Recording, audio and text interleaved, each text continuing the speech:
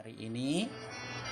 Mudah-mudahan anak-anak masih tetap semangat, antusias di pembelajaran kita hari ini.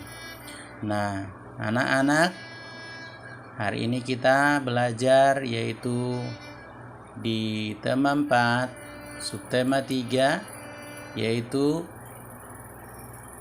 hidup bersih dan sehat di tempat bermain. Nah, PB 5, pembelajaran 5 dan juga pembelajaran 6. Nah, pada pembelajaran ini kita akan membahas yang pertama bahasa Indonesia, yaitu tentang membaca dengan nyaring. Oke. Mister mengharap anak-anak mengikuti buka buku bosnya di pembelajaran 5 dan 6. Teman-teman, sebelum bermain mari kita bersihkan dulu tempat ini. Setuju, daun-daun ini harus kita bersihkan. Sampah dan dedaunan harus dikumpulkan karena bisa diolah menjadi pupuk kompos. Nah, waktu itu kita sudah pernah membahas yaitu tentang pupuk organik, ya. Itu sampah-sampah yang bisa membusuk disatukan di satu tempat, disebutlah itu dengan sampah organik. Oke anak-anak, mudah-mudahan masih diingat. Jangan sampai dilupakan video-video yang sudah pernah kita bahas. Oke. Nah, kita lanjutkan. Kesehatan dan keselamatan ketika bermain perlu diperhatikan. Kebersihan lingkungan wajib diperhatikan sebelum bermain. Jika ada sampah dan kotoran hewan harus dibersihkan terlebih dahulu. Kotoran hewan jika terinjak dapat membuat kaki gatal. Kaki yang gatal akan membuat kegiatan terganggu. Keselamatan dalam bermain juga harus diperhatikan. Jika ada benda tumpul atau benda tajam harus disingkirkan. Misalnya saja duri atau potongan kayu yang tajam. Duri dan potongan kayu yang tajam dapat melukai kaki. Kegiatan bermain pun akan terganggu. Oleh sebab itu, kesehatan dan keselamatan bermain harus diperhatikan. Nah, itulah anak-anak, di dalam bermain jangan sampai kita melalaikan kesehatan dan keselamatan. Oke, kita lanjut. Pada pembelajaran kita ini, kita akan lanjutkan. Nah, amatilah gambar berikut ini. Ya, perhatikan gambar yang di sini. Ya, kira-kira informasi apa yang dapat kamu peroleh dari gambar ini? Lalu, kerjakanlah informasi itu, tuliskan yang kamu amati di PS-nya nanti, buku PS, lalu bacakan laporanmu dengan nyaring. Jadi, Mister tunggu nanti suaranya direkam. Dikirim ke Mister lewat WA, yaitu informasi yang kamu dapatkan dari gambar ini. Oke anak-anak, sebelum kita lanjut kita masuk yaitu dalam pembelajaran tadi informasi apa ya. Mister tunggu tugasnya dikirim, diamatin. Oke. Nah, sekarang membaca teks di bawah ini. Kita baca sama-sama. Bermain kelereng dan bermain tali dapat membuat tangan kotor. Tangan harus dicuci setelah bermain. Anak-anak kalau bermain langsung segera mencuci tangan karena kotor ya. Kita tahu bahwa di tangan itu banyak kuman, apalagi di musim sekarang pandemi harus sering-sering mencuci tangan. Oke. Nah, setelah bermain nanti harus cuci tangan ya. Di depan itu ada keran air. Di sana ada juga sabun dan spons. Iya ayah, kami akan mencuci tangan dengan bersih. Nah, di samping kita menjaga kebersihan dan menjaga kesehatan ketika kita mencuci tangan, ya jangan sampai kita makan, ya kita belum cuci tangan, kita makan atau kita pegang mulut kita, maka kuman akan masuk ke dalam tubuh kita. Kita lanjut.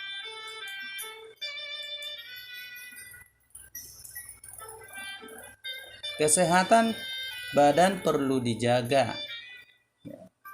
Menjaga kesehatan badan itu penting. Hal ini dilakukan agar terhindar dari penyakit. Penyakit akan mudah datang apabila kurang memperhatikan kesehatan badan. Jadi kalau kita tidak memperhatikan kesehatan, maka penyakit akan mudah masuk ya ke dalam tubuh sehingga kita akan terkena penyakit. Nah, oleh karena itu, anak-anak ingat selalu protokol kesehatan. Oke, kita lanjut bacaan kita. Jika badan sakit, semua kegiatan akan terganggu. Nafsu makan pun akan berkurang. Banyak cara yang dapat dilakukan untuk menjaga kesehatan badan. Kita harus mandi secara teratur. Kita dapat menggunakan sabun mandi agar lebih bersih. Selain itu, kita harus mencuci tangan sebelum makan, mencuci kaki sebelum tidur, menggosok gigi setelah makan dan sebelum tidur. Dengan demikian, badan akan menjadi bersih dan sehat. Jadi ini adalah cara kita untuk menjaga kesehatan. Pertama, anak-anak, dari bacaan ini ya, kalau kita sakit maka semua akan terganggu. Anak-anak nggak bisa belajar, nggak bisa bermain, terus nafsu makan akan berkurang. Cara kita untuk menjaga kesehatan badan, pertama di sini anak-anak dibacanya, kita harus mandi secara teratur. Ya, mandi pun tidak boleh asal mandi, harus menggunakan sabun mandi agar lebih bersih. Lalu kita juga mencuci tangan sebelum makan, mencuci kaki sebelum tidur, menggosok gigi setelah makan dan sebelum tidur. Nah, sehingga badan kita menjadi bersih dan sehat. Itu harus diperhatikan ya, supaya kita sehat, karena kalau kita sakit maka yang rugi kita sendiri. Oke anak-anak, kita lanjut. Sekarang kita pelajaran PKN. Nah, perhatikan gambar di situ. Ada anak-anak yang sedang bermain kelereng. Mereka asik bermain bersama-sama.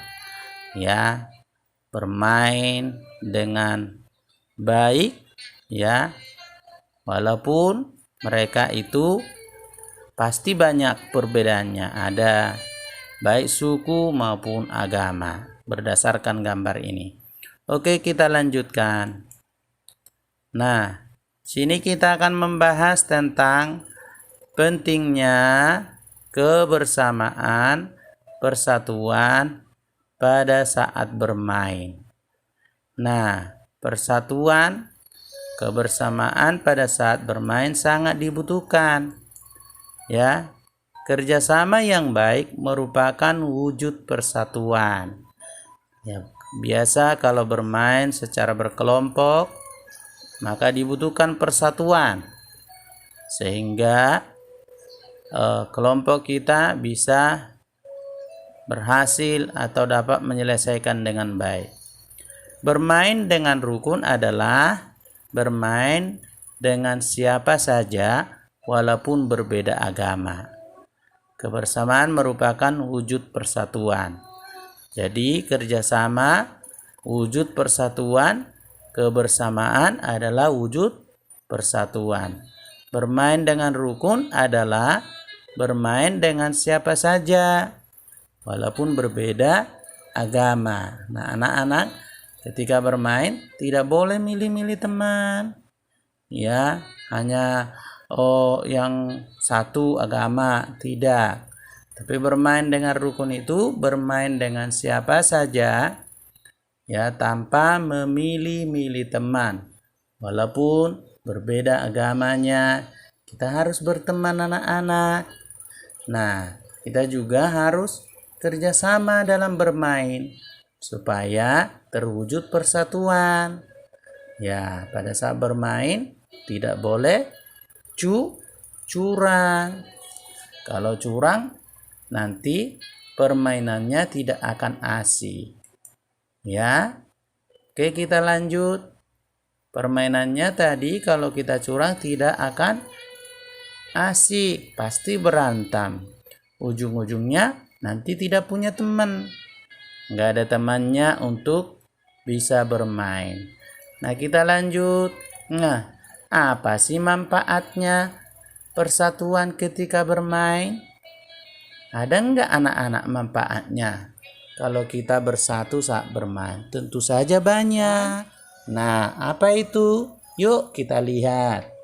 Pertama, kalau kita bermain, kita bisa kompak, kita bisa bersatu saat bermain sama teman, maka bermain itu akan terasa menyenangkan. Nah, gunanya itu kita main adalah supaya senang. Tapi kalau bermainnya itu nggak ada persatuan, maka bermainnya itu akan menjadi tidak menyenangkan.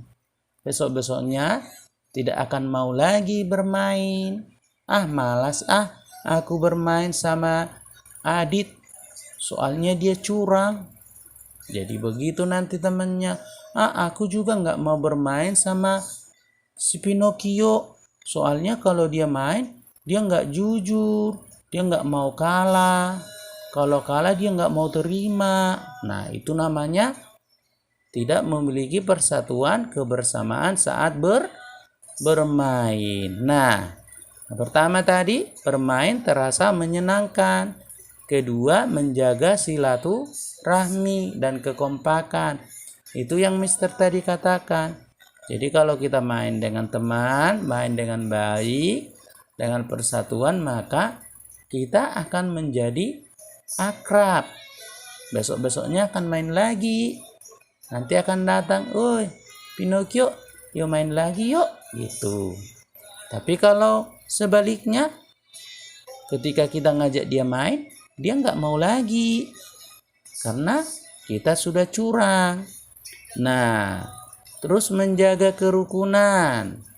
Terus apa lagi? Permainan terasa lebih mudah. Lalu menambah semangat. Akan lebih mudah. Ya, kalau kita bermain secara kompak, bermain secara bersama-sama, iya kan? Dibanding dengan bermain sendiri. Kalau bermain sendiri itu tidak enak, ya. Tapi kalau kita bermain bersama-sama akan kompak. Nah, itulah anak-anak diperlukan, ya, kita dalam bermain, ya, harus jujur, sportif, ya, harus bermain dengan itu tadi, yaitu persatuan dalam hal bermain. Nggak boleh pingin menang sendiri, mau menerima kekalahan kalau kalah saat bermain, terus jujur, iya kan? Tidak boleh curang. Permainan apapun itu, baik itu bermain kelereng, ya, bermain apapun itu, karena ketika kita bisa bermain akrab, maka teman kita akan semakin banyak. Orang akan senang sama kita ketika kita mengajak bermain. Oke anak-anak, paham ya? Mudah-mudahan anak-anak memahami maksud Mister dan sesuai pelajaran ini. Oke? Nah, kita lanjut.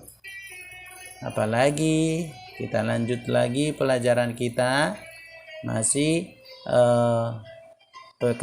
PKN. Nah, apa saja akibatnya kalau kita tidak bisa bersatu pada saat bermain? Yuk kita lihat akibatnya. Tidak bersatu saat bermain, terjadi perselisihan. Anak-anak pasti pernah lihat temannya main, tiba-tiba berantem, tiba-tiba dia berselisih. Karena itu tadi, tidak mau ngalah, ya tidak mau bersatu, pengen menang sendiri. Nah, kalah dalam permainan. Kalau kita juga tidak bersatu, kita akan kalah. Contoh kalau permainan bersama, ya kan, bermain tim, contoh main futsal, main sepak bola. Satu tim itu kalau main sepak bola 11 orang, kalau yang 11 itu tidak kompak, maka kita akan kalah, dikalahkan oleh tim yang lain, baru hilang kekompakan, ya terjadi perkelahian, baru tidak nyaman, ya. Ada teman-temannya kita lihat habis main berantem, ya sampai ada yang nangis, ya itu tidak boleh pada saat bermain. Oke anak-anak, itu tidak baik. Nah itulah akibatnya kalau kita bermain tidak kompak, pasti kita akan kalah, ya akan berantem berselisih, lalu juga nggak nyaman, nggak enak, ya kalau sudah berantem itu sudah punya musuh nggak enak. Nah tapi kalau kita banyak teman itu enak. Nah itu pembelajaran kita tentang PKN, yaitu pentingnya ya sikap persatuan pada saat bermain bersama. Nah kita harus memperhatikan atau mengingat itu pada saat bermain. Oke anak-anak, kita lanjut ya pelajaran kita. Nah, kita akan membahas pelajaran yaitu matematika. Nah, anak-anak, beberapa hari kemarin kita sudah membahas tentang bangun, ya bangun ruang, ya. Bangun ruang, ya disebut bangun ruang karena memiliki sisi. Masih ingat kan? Bangun ruang itu memiliki sisi, titik sudut, dan juga ruas, ya atau memiliki disebut dengan bangun yang memiliki 3 dimensi. Contoh di sini sabun, ya spons, sabun dan spons. Ya, gambar sabun dan spons berbentuk balok. Ini adalah merupakan contoh bangun ruang, balok. Ya, kalau kalian lihat, persis mirip. Di rumah juga banyak benda-benda yang kita perlukan, yang mirip dengan bangun ruang. Nah, juga ada bangun ruang prisma, ya kan? Balok, prisma. Nah kemarin kita juga sudah bahas ini, ada sisi dan ada juga titik sudutnya. Oke anak-anak, diingat lagi, diputar lagi video-videonya. Oke, kita lanjut ya. Bangun berbentuk prisma terdiri dari, kita lihat ya, ada sisi, yaitu di sini kita lihat pertama bangun limas. Limas itu ya limas seperti segitiga, mirip ya, beda-beda sedikit. Nah, terus di sini ada prisma tadi. Ya, prisma. Pada prisma, lihat anak-anak ada titik, ada sisi atas. Ini sisi atas yang sering disebut tutup. Ada titik sudut, ya. Ada sisi tegak, ada rusuk, dan juga sisi bawah atau alas. Demikian juga dengan layang-layang, ada sisi, ada titik sudut, ada rusuk. Nah, kita perhatikan anak-anak. Lihat gambar ini, kita lihat dulu sisi. Nah, sisi atas yang seperti segitiga ini disebut sisi atas. Nah, tadi setelah itu ada sisi tegak. Ini sisi tegaknya. Ya, terus ada sisi bawah. Nah, sisi bawah atau alas. Terus ada titik sudut. Titik sudut yaitu yang meloncong ini ya, meruncing ini, titik sudut. Kalau kita bikin A, B, C, berarti titik sudut A, titik sudut B, titik sudut C. Jadi di dalam bangun ruang ada sisi, ada titik sudut, ada sudut. Ya, terus ada lagi rusuk tadi. Nah, demikian penjelasan Mister. Kiranya anak-anak boleh memahaminya. Dan dari buku Bos segera dikerjakan. Kalau ada pertanyaan nanti boleh ditanya lewat WA. Tuhan Yesus memberkati. Mister mengingatkan jangan lupa like, subscribe, dan kirimkan video ini ke teman-temannya, khususnya yang ke 2A. Kalau punya teman 2A, tolong dikirim, di subscribe, karena Mister ngambil ujian, bahan ujian, ambil soal dari video-video pembelajaran. Oke, sampai jumpa.